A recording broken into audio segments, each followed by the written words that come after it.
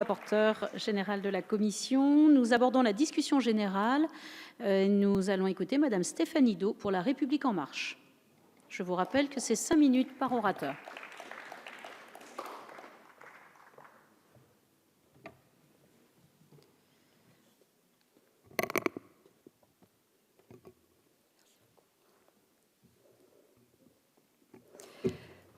Merci Madame la Présidente, Monsieur le Ministre, Monsieur le Président de la Commission des Finances, Monsieur le rapporteur, chers collègues. S'il fallait dresser un tableau de l'état de la politique du logement en France, il faudrait évoquer les 40 milliards d'euros qui correspondent au coût de la politique du logement en France. Un effort indiscutable pour loger nos concitoyens.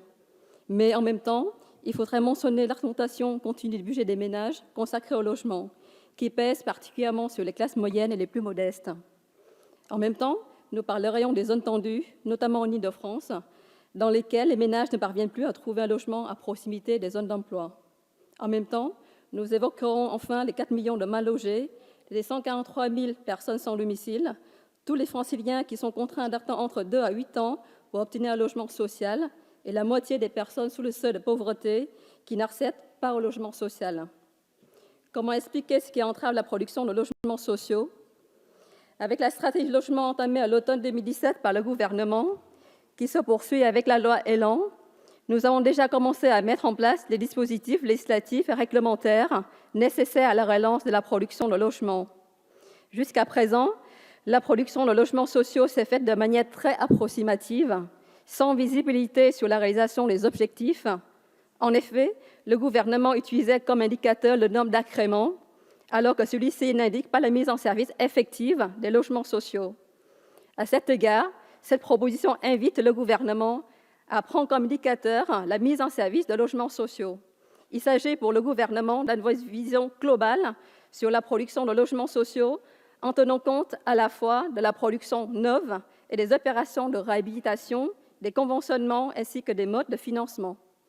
Il sera également judicieux d'y intégrer les opérations de rénovation énergétique. Ce changement d'indicateur doit s'appuyer sur l'amélioration du système d'information intégré, le SPLS, qui se met difficilement en place. Cette proposition encourage l'État à s'investir davantage en vue d'assurer un meilleur pilotage de cet outil et d'optimiser son fonctionnement. En effet, cet outil nécessite l'intervention de nombreux acteurs ainsi que l'exigence de différentes bases de données. L'objectif se traduit par un meilleur pilotage de l'ensemble de manière à ce qu'il fonctionne de manière harmonieuse.